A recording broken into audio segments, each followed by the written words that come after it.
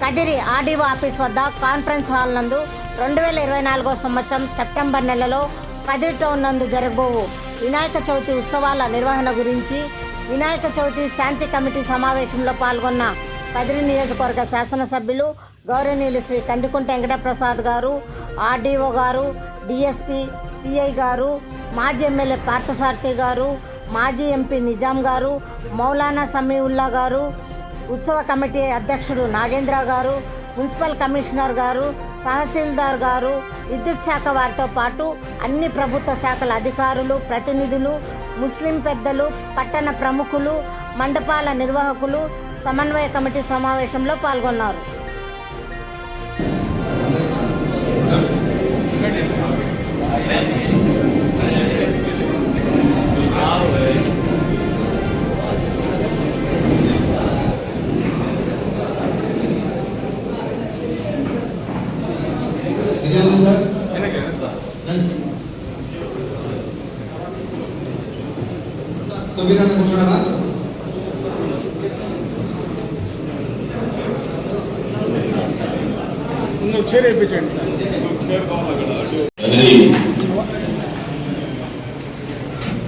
గణేష్ ఉత్సవ సమన్వయ కమిటీ సమావేశానికి హాజరైనటువంటి అధికారులకి, నాతోటి సంవత్సరాలకి, ఇచ్చేసినటువంటి మత పెద్దలకి, పాత్రికేయులకి పేరు నమస్కారాలు. అదేవిధంగా విచ్చేసినటువంటి యువకులు ఉత్సవ కమిటీ వారు ఉన్నారు, వాళ్ళందరికీ కూడా అభినందనలు, శుభాభినందనలు. మనం ప్రతి సంవత్సరం కూడా ఒక ప్రాక్టీస్ కింద పెట్టుకొని చేసుకుంటూ పోతున్నాం. పిల్లలు ఇప్పుడే ఉత్సవ కమిటీ మండపాలు పెట్టే వాళ్ళు ఎంతమంది వచ్చినారు? చేతులు ఎంత ఉంటాం? మండపాలు పెట్టే వాళ్ళు ఎంతమంది వచ్చినారు? ఈ మండపాలు మీరు నిర్వహిస్తారు కదా, ఇప్పుడు చేతులు ఎత్తిన వాళ్ళు ఎవరికి 5 రోజులు కాదు, ఎవరికి 7 రోజులు కాదు చేతులు ఎంత?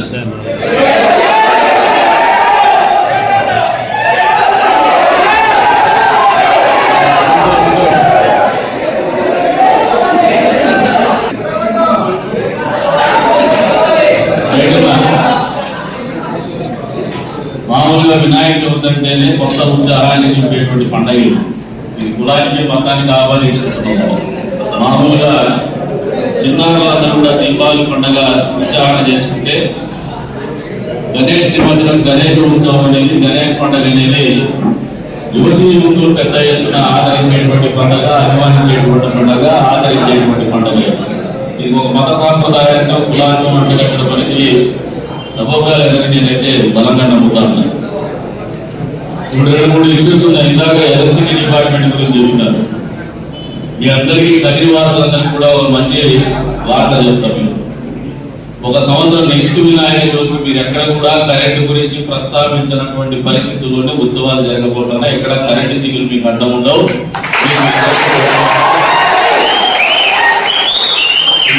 ఆగస్టులో చెప్తున్నాం, 24 ఆగస్టు, 25 ఆగస్టు కల్లా మీకు ఎక్కడ కదిరి పట్టణంలో వినాయక చవితి కావచ్చు, లేదంటే నరసింహస్వామి ఉత్సవాలకు కావచ్చు, లేదా ఇతరత్ర కారణాలకు కావచ్చు, కరెంటు తీగలు అడ్డు లేకుండా ఉంటాయి. కరెంటు కోతలు అనేది ఉత్సవాల సందర్భంగా ఉండవని చెప్పేసి కూడా ఈ సందర్భంగా మా ప్రభుత్వం తరఫున మీకు పాటిస్తారు.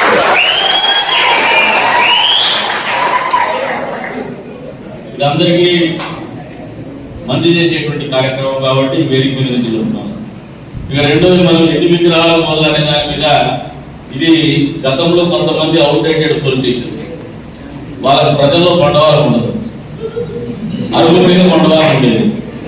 వినాయక చవితి వస్తానే ఏదో ఒకటి అరుగుల మీద కూర్చొని మాట్లాడేసి రెచ్చగొట్టే దూరంతో కార్యక్రమాలు చేస్తా ఉంటే దాన్ని ఫుల్ స్టాప్ పెట్టాలని ఇందాక సోదరుడు చెప్పినాడు. మా ఎమ్మెల్యే చేస్తున్నటువంటి మొట్టమొదటి కాదు ఆయన, నేను ఎమ్మెల్యేగా గతంలో కూడా చేసిన. ఆ రోజున పూలు దిక్కించుకొని వినాయక చవితి నిర్వహించిన. ఊరని దిక్కు తినేటది, అది పాటలో కూడా చూసినాడు. కానీ పాటలు తిట్టుకోవాలి, నాకెప్పుడు తీసుకునేది. ఆ రోజు నేను తీసుకునే నిర్ణయం ఫలితమే ఈ రోజు 4 విగ్రహాలు అయినా కానీ వాళ్ళ నడుపులో జిల్లా అధికారులు తీసుకున్నాం. గతంలో మన ప్రభుత్వం వచ్చినప్పుడు మొదటిగా పరిష్కరించడం. అదే పెద్ద నిర్మాణాత్మకమైనటువంటి నిర్ణయం కాకపోయినా కూడా సంచలనమైనటువంటి, సున్నితమైనటువంటి నిర్ణయం కాబట్టి highest level of authority the district head quarters నిర్ణయం చేయబడింది. అది కూడా చాలా అతి కష్టం మీద 1, 3 సార్లు 4 సార్లు ఆ రోజు ఉన్నటువంటి ఎస్పీ రాజశేఖర్ బాబు గారు కొద్దివరకు మేము చెప్పిన దాన్ని కూడా చొరవ తీసుకుని అందరినీ కూడా కలిసిమెలిసి చేసుకునేటువంటి కార్యక్రమం. ఈరోజు కూడా మా మనసులో అయినా వాళ్ళ మనసులో అయినా కూడా దీని మీద ఎక్కడ నిబంధనలు కానీ ఏదైతే కోపతాపాలు కానీ ఎవరికి లేవు. ఇక్కడ అనవసరంగా దీన్ని ఒక ఇష్యూ కింద మనమే టేకప్ చేస్తాం, దీన్ని వదిలేస్తారు. మౌలానా గారు కూడా చెప్తారు, ఇదే పెద్ద ఇష్యూ గారు లేదంటే ఊళ్ళో దీని మీద పెద్ద చర్చ జరగడానికి మన జీవితాల్లో మార్పు వచ్చేటువంటి నిర్ణయాలు కాదు. ఇది పిల్లలు ఏదో చేసుకుంటారు అట్లా చెప్పేసి మనం కట్టుబాటు పెద్దలు చేయకపోతే కూడా విచ్చలవిడితనం వస్తుంది. కాబట్టి మనం అందరం కూర్చొని కట్టుబాటు చేస్తూ పోతున్నాం. ఏదైనా ఊరికి మంచి జరిగేటువంటి ఊళ్ళో మంచి వాతావరణం ఉండేటువంటి నిర్ణయాలే మేమందరం కూడా కలిసికట్టుగా తీసుకుంటామని చెప్పి కూడా ఈ సందర్భంగా తెలియజేస్తాను. అంతేకాదు అధికారులకు కూడా వాళ్ళకు ఒక కంఫర్ట్ జోన్ ఇస్తాను. మీ కన్వీనియన్స్ లెవెల్ ఏది, అడ్మినిస్ట్రేషన్ పాయింట్ ఆఫ్ వ్యూ అంటే వాళ్ళు 5 days అంటున్నారు, కానీ యువకుల్లో ఏమో 7 days అంటున్నారు. ఈ రెండింటి మధ్యలో ఒక క్లాష్ ఉంది. ఈ రోజు సాయంత్రం రేపు మేమందరం కూర్చొని మాట్లాడుకొని పిల్లల మనసు ఎరిగి మీ మనసు ఎరిగిన రీతిలోనే మేమందరినీ వాళ్ళని సమన్వయం చేసుకుని, ఎందుకంటే ఇక్కడ ఉన్నారు కానీ పాపం వాళ్ళకు కూడా కొన్ని బ్యారియర్స్ ఉంటాయి. కొద్ది వరకే వాళ్ళ ఆలోచన విధానం ఉంటుంది. ఎందుకంటే డిస్ట్రిక్ట్ అడ్మినిస్ట్రేషన్ ఖచ్చితంగా ఎస్పీ గారితోనూ కలెక్టర్ గారితో మాట్లాడే మీ అందరి ఆలోచనల మేరకు నిర్ణయాలు ఉంటాయి, మిమ్మల్ని అందరినీ సంతోషపెట్టి నిర్ణయాలు అవుతాయని చెప్పేసి కూడా ఈ సందర్భంగా తెలియజేస్తారు. అంతేకాకుండా పిల్లలు డిఎస్పీ గారు చెప్పినారు, నేను గతంలో ఇంటికి పిలిపించుకొని పదే ఉత్సవ మండపాలు చెప్పేవారు. అంతా కదా చూడండి, రంజాన్ రోజు బాగా ఎంత పవిత్రంగా ఉంటారు, మీరు కూడా నేర్చుకుంటారా, దేవుడు పిలిచిపోతారు, మందాకి అలర్ట్ చేస్తారు, కొడతారు. చేయండి, ఒక రోజు 24 వస్తుంది కాదు, 48 గంటల ముందు మనుషాలను బంధం అని చెప్పేసి వాడుతూ ఉంటారు. చేసుకునే పండుగ కానీ అల్లరి చేసే పండుగ కాదు. అల్లరి అనేది సంతోషంలో భాగంగా అల్లరి ఉండాలి, కానీ కేవలం అల్లరే మనము ప్రాధాన్యత తీసుకుని చేసేటువంటి పండుగ కాదని యువకులు ప్రత్యేకించి నేర్చుకోవాలి. ఎందుకంటే మీరు ఉండేటువంటి ఉత్సాహం అనేది ఆ రోజు మీకు ఉండే సంతోషాన్ని, మీకు ఉన్నటువంటి ఎనర్జీ లెవెల్స్ ని డెమాన్స్ట్రేట్ చేసేటువంటి వేదిక లేదు. కాబట్టి మీరు ఆ స్థాయిలో అల్లరి చేయాలనుకుంటారు, అది తప్పు కాదు. ఆ వయసులో అది ఉంటుంది. ఆ వయసులో మీరు నేర్చుకోవాల్సింది ఏమంటే సమాజం మన ఉత్సాహాన్ని కానీ మన సంతోషాన్ని కానీ మన ఆనందాన్ని కానీ పంచుకునే విధంగా ఉండాలి, కానీ తుంచుకునే విధంగా ఉండకూడదు, లేదా అసహించుకునే విధంగా ఉండకూడదు అని వేదిక నుంచి యువకులు ఇక్కడ వచ్చినటువంటి అందరికీ కూడా అప్పీల్ చేస్తున్నాను. ఇక్కడికి రానటువంటి వినాయక ఉత్సవంలో పాల్గొనేటువంటి ప్రతి యువకులకు కూడా అప్పీల్ చేస్తున్నాము. కదిరి నియోజకవర్గంలో కదిరి విగ్రహ ఉత్సవాల సందర్భంగా, వినాయక ఉత్సవాల సందర్భంగా తాగడం అనేది, మద్యం అనేది లేకుండా చూసేటువంటి బాధ్యత ఇక్కడ వచ్చిన వాళ్ళతో సహా మాతో సహా ప్రతి ఒక్కరు తీసుకోమని చెప్పేసి కూడా కోరుతా ఉన్నారు. అది మనందరినీ కూడా సమాజానికి దూరంగా నెట్టేస్తుంది. ఆ ఇంటాక్సికేషన్ లో మనం చేసే చిన్న చిన్న విమర్శలు కావచ్చు, చిన్న చిన్న తప్పిదాలు కావచ్చు, మన సమాజానికి పెనుముప్పుగా ఉండేటువంటి పరిస్థితులకి పోయే ప్రమాదం ఉంది. కాబట్టి మనందరినీ కూడా బహిరంగంగా మద్యం సేవించి అల్లరి చేయడం కానీ ఉత్సవాల్లో పాల్గొనడం కానీ నిషేధించమని చెప్పేసి కూడా పోలీసు వారికి చెప్తూ ఉన్నారు. గట్టిగా టఫ్ గానే యాక్ట్ అయ్యింది. మద్యం ఎవరైనా కూడా ఉంటే, లేదంటే 48 hours బిఫోర్ మీరు షాప్ ఎవరైనా తీసినా మద్యం అమ్మినా కూడా కన్స్యూమ్ చేసినా కూడా కొద్దిగా వాళ్ళ డీటెయిల్ చేయండి. ఎవరైనా మద్యం బాబు సాయంత్రాలు చూసినా కూడా 48 hours బిఫోర్ నుంచే స్టేషన్ లో కూర్చోబెట్టుకోండి. కొంచెం భయం వస్తుంది, ఆ రోజు ఉత్సవం రోజున ఇబ్బందికరంగా ఉండదు. మరి ఈ రోజున మీకు అందరికి కూడా ఒకటే చెప్తాను, నువ్వు వచ్చినటువంటి పెద్దలందరికీ కూడా ఒకటే విన్నవించుకుంటాను. నిజాంబాయి చెప్పినాడు, మేమందరం కలిసింది ఎప్పుడు జరుగుతుంది, మనం అందరం కలిసే చేస్తాం. ఎవరు మనం వేరే ఏం లేవు. ఇప్పుడు కూడా కొద్ది దూరం మీరు నడుస్తాం, కొద్ది దూరం మేము నడుస్తాం, కొద్ది దూరం పార్టీ ఒక పార్టీ నడుస్తుంది, రెండో కొంచెం దూరం ఇంకో పార్టీ నడుస్తుంది, ఇంకో చోట అందరం కలిసి కూర్చుంటాం.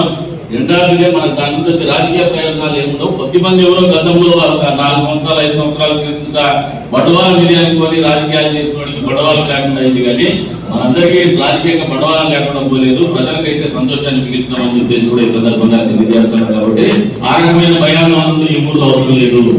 ఎందుకంటే ఈ ఊర్లో ఉండేటువంటి అందం ఏమంటే ఏదైనా లిటిగేషన్ చేసుకుంటారేమో, కానీ ఎవరు ముంచేసేటువంటి కార్యక్రమం. ఎవరికైనా కష్టం వస్తే మాత్రం అందరూ కూడా రేపు బాబు తక్లీఫ్ మేడే, లేదా కష్టంలో ఉన్నాడు అనుకునేటువంటి గుణం ఉండేటువంటి నియోజకవర్గం ఏదైనా జిల్లాలో ఉందంటే అది కలిగి నేర్చుకుంటున్నాం.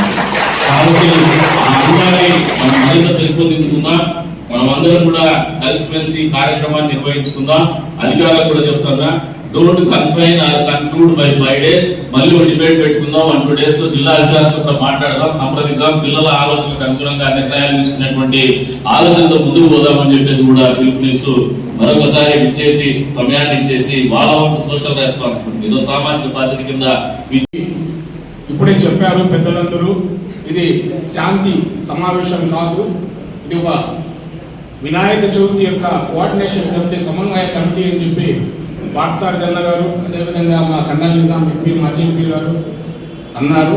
అదేవిధంగా ఈ వేదికను అలంకరించేటువంటి ప్రస్తుత శాసనసభ్యులు, మనందరి నాయకులు కందికొండ వెంకట ప్రసాద్ గారికి ముందుగా ఆయన శాసనసభ్యులుగా ఎన్నికైన తర్వాత ఇది ఆయన ఆధ్వర్యంలో జరిగేటటువంటి మొట్టమొదటి పండుగ కాబట్టి అందరూ ఆయనకు కరతల ధ్వనులతో స్వాగతం పలుకుతూ జరగబో పండుగను సజీవుగా జరుపుకోవడం కోసం మనమందరం కంకణబద్ధులు కావాలని, అదేవిధంగా ఇప్పుడే మౌలానా సభ్యుల్లా గారు చెప్పారు, మేము ఏ రోజు కానీ, ఏ దినం కానీ, ఎప్పుడు కానీ, ఎన్ని రోజులు కానీ ఈ పండుగ చేసుకోవడం కోసంలో మాకు ఎలాంటి అభ్యంతరాలు లేదని చెప్పడం జరిగింది.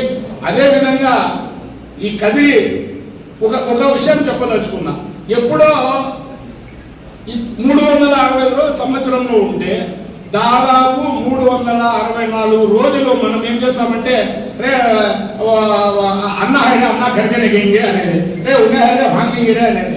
కరెక్ట్ ఏదో ఒక సందర్భం వచ్చినప్పుడు రే ఉదర్నకోరే ఇదర్నకోరే అనేది ఎందుకు వస్తుంది ఇది అనేది నాకు అర్థం కాలే. మేము ఏ రోజు కూడా సంక్రాంతి పండుగ కానీ, లేదా వినాయక చవితి కానీ, లేదా ఏ కార్యక్రమం మన లక్ష్మీ నరసింహస్వామి తేరు కానీ మేము కూడా పోతున్నాం.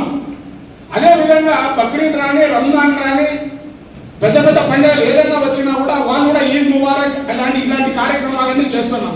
మన మధ్యలో ఎప్పుడో 1983లో జరిగిన సంఘటన తప్ప ఈ మధ్యలో ఏది ఇప్పుడు దాదాపుగా 30-40 ఏళ్ళు అయినా కూడా ఇంతవరకు ఎటువంటి సంఘటన జరగలేదు. కాబట్టి మనం అందరం ముందు మాదిరి కలిసిమెలిసి అన్నట్టుగా మాదిరి చేసుకుందాం. మీ కార్యక్రమానికి మేము వస్తాం, మా కార్యక్రమాలు కూడా మీరు రండి, కలిసిమెలిసి అన్యోన్యంగా ఈ పండుగ జరుపుకుందాం. మన ఎమ్మెల్యే గారు ఈ కదిరి పట్టణం మీద ఒక సినిమా ఉంది, శ్రీమంతుడు సినిమా. ఆ సినిమాలో ఏమన్నా అండి, ఈ ఊరు నాకు చాలా ఇచ్చింది, ఈ ఊరి కోసం నేను ఏదో ఒకటి ఇవ్వాలా అని. ఈ ఊరి కోసం ఆయన చాలా చేశాడు, ఈ ఊరి ప్రజల బాగోగుల కోసం ఆయన చాలా చేశాడు, ఈ ఊరి మంచి కోసం ఆయన కంకణబద్ధులు అయ్యాడు. కాబట్టి ఆయన అందరూ కుల మతాలకు అతీతంగా సహకరిద్దాం, కదిరి శ్రీమంతుడి పేరు నిలబెడదామని చెప్పి సందర్భంగా తెలియజేసుకుంటూ జై భారత్. గౌరవనీయులు మా గౌరవ శాసనసభ్యులు శ్రీ కందికొండ వెంకట ప్రసాద్ అన్న గారికి, మాజీ శాసనసభ్యులు శ్రీ ఎంఎస్ పార్థసారథి అన్న గారికి, మరియు ఎక్స్ఎంపీ నిజాం అన్న గారికి, మౌలానా సమీవుల్లా సార్ గారికి, మన గౌరవ డిఎస్పీ మేడం గారికి, గౌరవ సిఐ సార్ గారికి, ఇక్కడ విచ్చేసినటువంటి వివిధ శాఖల ప్రతి ఒక్క అధికారికి, మరియు వినాయక భక్త మండపాల సభ్యులందరికీ ప్రతి ఒక్కరికి మా హృదయపూర్వక నమస్కారాలు తెలియజేసుకుంటూ ముఖ్యంగా 2 మాటలు ముందు చేస్తున్నాను. మన పుట్టపర్తి సాయిబాబా గారు ఒక స్లోగన్ చెప్పారు, మతములన్నీ వేరు మార్గము ఒక్కటే. మతములన్నీ వేరు మార్గము ఒక్కటే, దర్శనములు వేరు దైవము ఒక్కటే, ఆభరణములు వేరు బంగారం ఒక్కటే, పుష్పములు వేరు పూజ ఒక్కటే అంటారు. మనమంతా వసుదైవ కుటుంబం. దయచేసి భిన్నత్వంలో ఏకత్వం ఎక్కడన్నా ఉందా అంటే అది మన పవిత్ర భారతదేశంలోనే ఉంది. ప్రతి ఒక్క ముస్లిం 5 పూటల తన నమాజులో ముద్దాడే నేల ఏదంటే మన భరతమాత అని చెప్పేసి ఈ సభాముఖంగా తెలియజేసుకుంటూ, మేము చనిపోయినప్పటికీ కూడా మమ్మల్ని ఖననం చేసేది కూడా ఈ భూమిలో అని చెప్పేసి తెలియజేసుకుంటూ, మనము ఈ భూమాత బిడ్డలము, మనందరం అన్నదమ్ములము, పరస్పరం ఒకరినొకరు గౌరవించుకుంటాము. ఇంతకుముందు మా గౌరవ మాజీ శాసనసభ్యులు శ్రీ ఎంఎస్ పార్థసారథి గారు ఒక మాట అన్నారు, చాలా మంచి మాట. అది మా తాతగారు చెప్పిన మాట. మన మక్కా అలంహావలి మసీదు ఏదైతే తేరు ప్రాంతం ఉందో ఆ మసీదు దాదాపు 750 సంవత్సరాల చరిత్ర కలిగిన మసీదు. అదేవిధంగా ఖాద్రి వృక్షం నుండి ఉద్భవించే స్వయంభూడు అయినటువంటి శ్రీ లక్ష్మీ నరసింహస్వామి కూడా దాదాపు 800 సంవత్సరాల పైచుండే అని చెప్పి తెలియజేసుకుంటూ, అప్పటి మన ముత్తాతల తాతల గారు కూడా ఒక కట్టుబాటు అనేది పెట్టినారు. రంజాన్ నెల ఏదైనా వస్తే మన దేవస్థానం వారి తరపు నుండి ఆ డబ్బులతో మసీదుకు సున్నం వేయించడం అయితేనేమి, ఎవరైనా ఉపవాస దీక్ష విరమణ అప్పుడైతే అవి మట్టి పాత్రలు ఇఫ్తార్ కోసము పంచేది మన కుమ్మరి సోదరులు, ఇటువంటి కట్టుబాట్లు, మరియు మన లక్ష్మీ నరసింహస్వామి తేరుకు ఏదైనా మరమ్మతులు ఉంటే అది ముస్లిం కొలి కంపెనీ వాళ్ళు ఈ రోజు వాళ్లకు భర్తాలు పంపిస్తారని చెప్పేసి కూడా తెలియజేసుకుంటూ, అదేవిధంగా మన లక్ష్మీ నరసింహస్వామికి అంకురార్పణ జరిగేటప్పుడు మన ఆలంకావలి మసీదు నుండి పట్టు వస్త్రాలు తీసుకొని పోయే సాంప్రదాయము అది జరిగిందని చెప్పేసి స్వభావంగా మరొక వారు ఈ అందరికీ తెలియజేసుకుంటూ, ఎప్పుడో ఏదో దురదృష్టకర సంఘటనలు జరిగి ఉండవచ్చు, కానీ మా ఊరు ఎంత పవిత్రత అంటే ఒక హిందూ ముస్లింని ఎవరు ఆడిపోతారు అంటే మామ ఇక్కడికి పోవాల్సినంత సంస్కారం ఉన్న ఊరు మందు చెప్పేసి తెలియజేసుకుంటూ, మనము రాబో భావితరాలకు కూడా మనం ఆదర్శంగా ఉంటామని చెప్పేసి ఈ సభాముఖాన్ని తెలియజేసుకుంటూ, ఈ అవకాశం ఇచ్చిన పెద్దలందరికీ మరొక మారు మనస్ఫూర్తిగా కృతజ్ఞతలు తెలియజేసుకుంటున్నాను. నమస్కారం సార్.